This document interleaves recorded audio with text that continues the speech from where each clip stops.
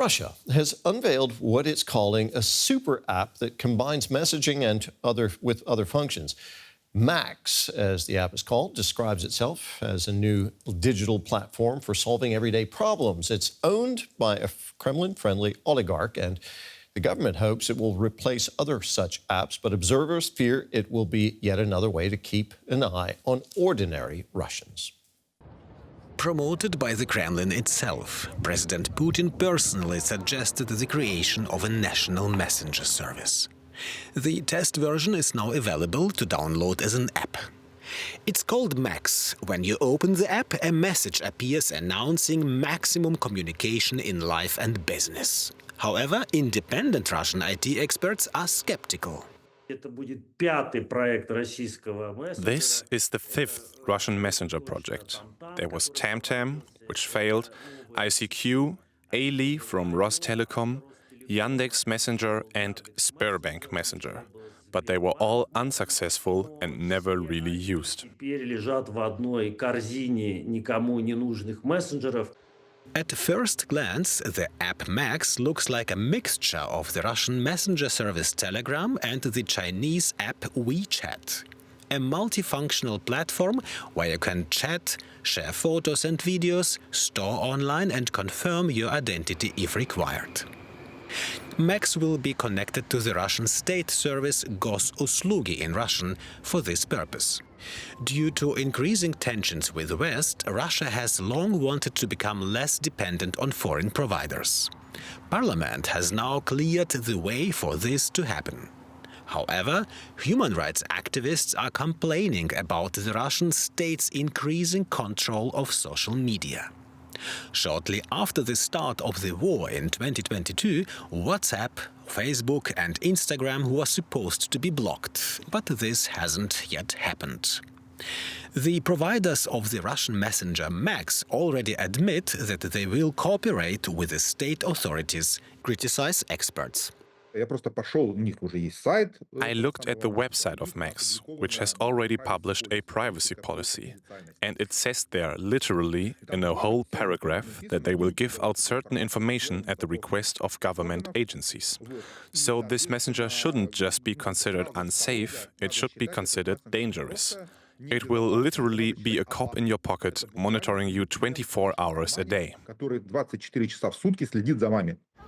With the creation of the new Max app, the Kremlin wants to ban all foreign products, including Microsoft and Zoom, from the everyday lives of Russian users.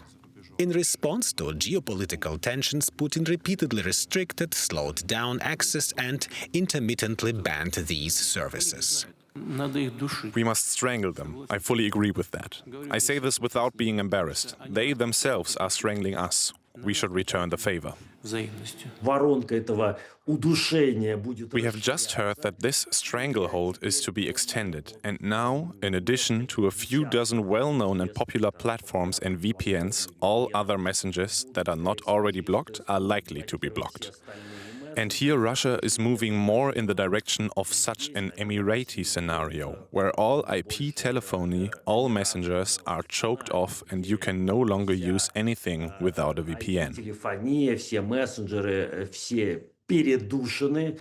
The new Russian multifunctional platform Max could be another instrument of the Kremlin to suppress freedom of expression in Russia.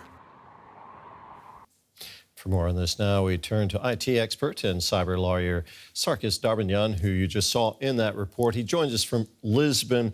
Sarcis, the new app Max is not only a messenger app, but a multifunctional app. Give us a sense of what kind of data the Russian government will have access to.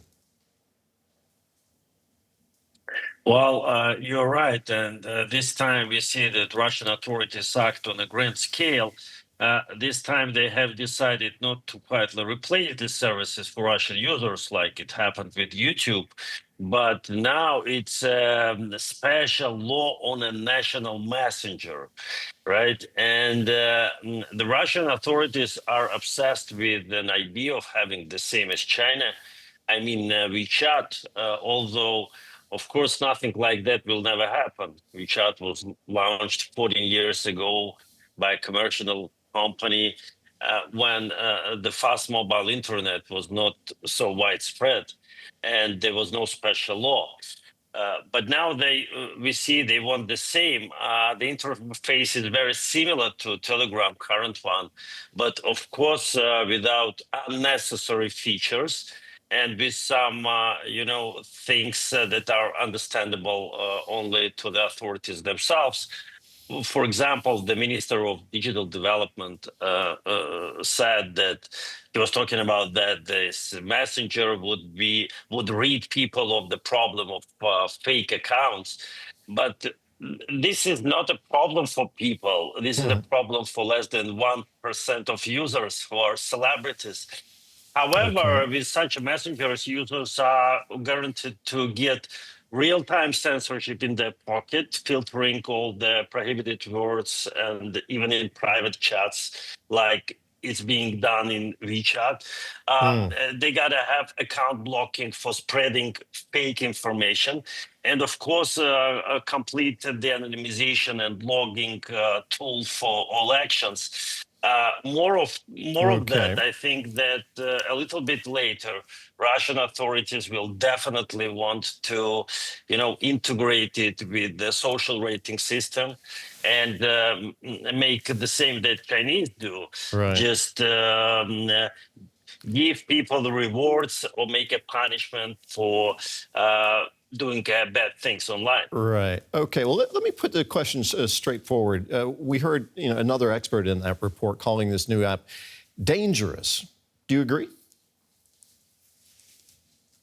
Oh, of course it is dangerous because it's not gonna have an end-to-end encryption like it is being done in WhatsApp, Signal, and partly in Telegram. It's gonna be an encryption certified by FSB, and of course it's not secure, and people will have more problems talking about some things that are being prohibited. And of course, I don't think that people are going to immigrate to a new service, but it's more likely that they're gonna use this service in parallel, but not instead, because of course it's gonna have some certain functions that will be convenient for people. For example, getting some governmental services or signing contracts, because there will be a state key integrated in the application. And of course, in that way, it can be a second tool, but it will not replace WhatsApp, that is still number one by usage in the Russian internet. Okay. Sarcis, thank you very much. That was IT expert and cyber lawyer Sarcis Darban.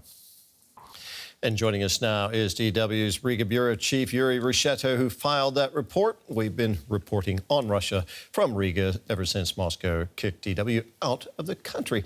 So, Yuri, is Russia on its way to becoming a total surveillance state like China?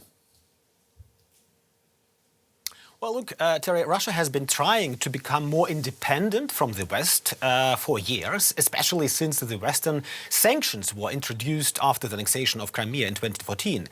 This began with agriculture, as many products were no longer allowed to be imported. We remember the big advertising campaigns for Russian cheese, for example, especially Parmesan, as a sign of the so-called importozamещение, literally import replacement. And this desire for independence intensified after the start of the war in 2022, because Western sanctions were also tightened. It's not just about cheese anymore. Information technologies are also a daily used product, and this product has so far been technically dominated by the West in Russia. Facebook, WhatsApp, YouTube are Western products that don't or only partially cooperate with Russian authorities.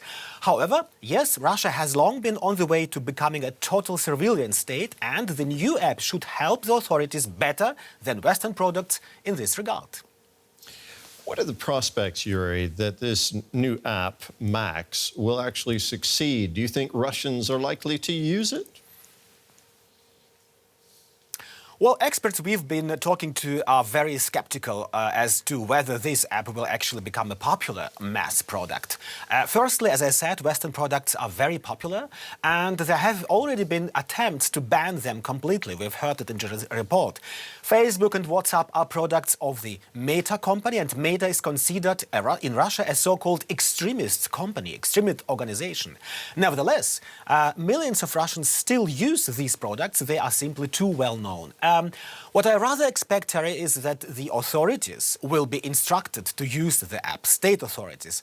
Also, certain services can only be handled with this app, doctors' appointments, for example. There is already a beta version, as we have just seen. It was developed by the same people who run VK, Vkontakte, a kind of Russian Facebook.